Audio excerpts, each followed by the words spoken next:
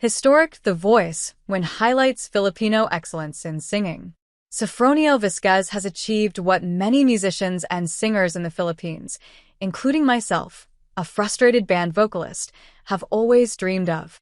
Vasquez, a 32-year-old dentist, became the first Asian contestant to win the U.S. The Voice on December 10th. He now joins a growing list of Filipino and Filipino-American singers who have showcased their talent in prestigious U.S. singing competitions, including dual-voice singer Marcelito Pomoy and former American Idol contestants Jasmine Trias and Jessica Sanchez. Vasquez's triumph reinforces the popular stereotype that Filipinos are exceptional singers, which seems apparent if judging by the countless viral videos of random Filipinos flawlessly belting out songs on a karaoke in the malls and carinderias, local eateries. But what is it about the Philippines and its culture that leads to so many Filipinos being such skilled vocalists? Let's explore. Early exposure to music may explain why many Filipinos excel at singing. Filipino singer Vanessa Mendoza, who is also a music instructor at the University of Santo Tomas Angelicum College in Quezon City, highlights the influence of family in shaping musical talents. In an interview with the Rebel Yellow, she recalls how her grandfather supported her passion for music by enrolling her in music programs. These experiences marked the beginning of my interest and love for music, she says. Emily was also the main influence that sparked my own interest in music during my childhood years. Unlike the typical karaoke-filled Filipino gatherings, I grew up surrounded by relatives who played musical instruments and had a deep love for watching musical performances. My late uncle, a self-taught piano virtuoso, could learn classical pieces by ear, while my late aunt encouraged me to sing along to my cassette tapes, especially her favorite, Whitney Houston's The Greatest Love of All. Recognizing my potential after I taught myself to play the guitar in elementary school and honed my skills through high school, my late aunt enrolled me in classical guitar classes as a teen. She later encouraged me to take voice lessons and enrolled me at the Yamaha School of Music, jokingly suggesting that I use my newfound skills to win a competition, a dream I didn't realize I had until I started learning how to sing. She was the one who always encouraged me to persevere with singing, even though I never really had the aptitude for it, unlike with guitar and drums. I remember her telling me with tear-filled eyes after my 2011 recital, where I rapped Travis McCoy's part in Bruno Mars' Billionaire. "Yen, I am so proud of you." Suffice to say, she was definitely my first and probably my biggest fan. Mendoza attributes today's influence in music to the Philippines' rich musical heritage, including folk music, salinawit, translated songs in Filipino, and kundiman, a traditional type of Filipino song characterized by melodramatic themes and mournful laments. The Filipino knack for singing may also have to do with the country's past.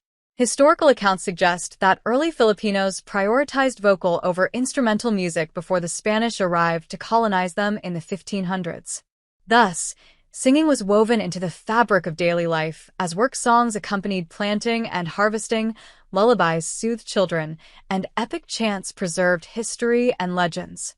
In modern times, many credit karaoke, a portmanteau of the Japanese words karapo, empty, and okasutra, orchestra, as a major influence on how they got into singing.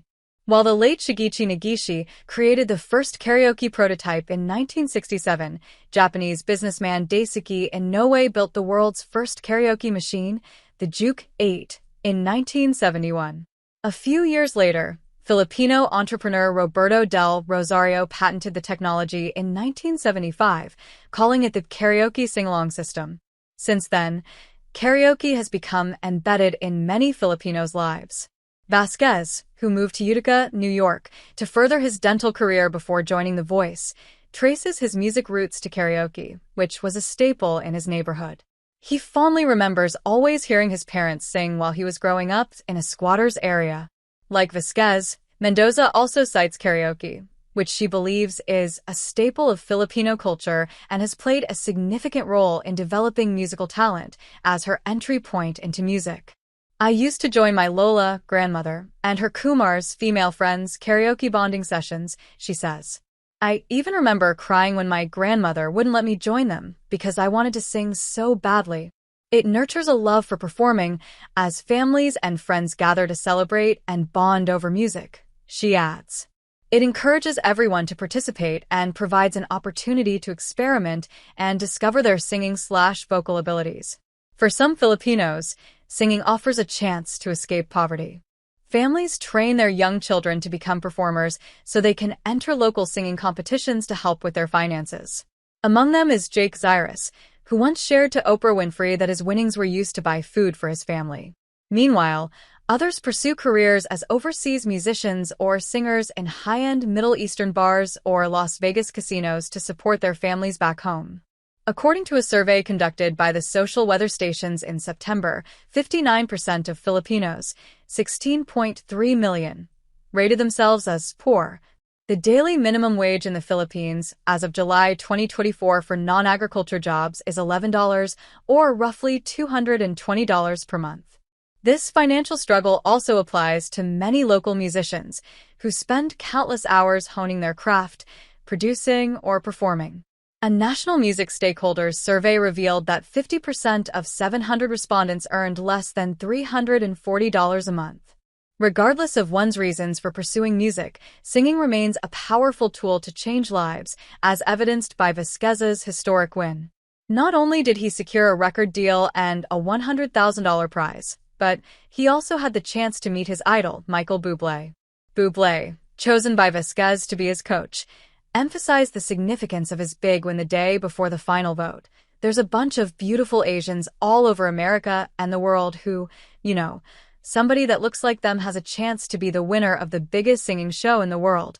This story is part of the Rebel Yellow newsletter, a bold weekly newsletter from the creators of Next Shark, reclaiming our stories and celebrating Asian American voices.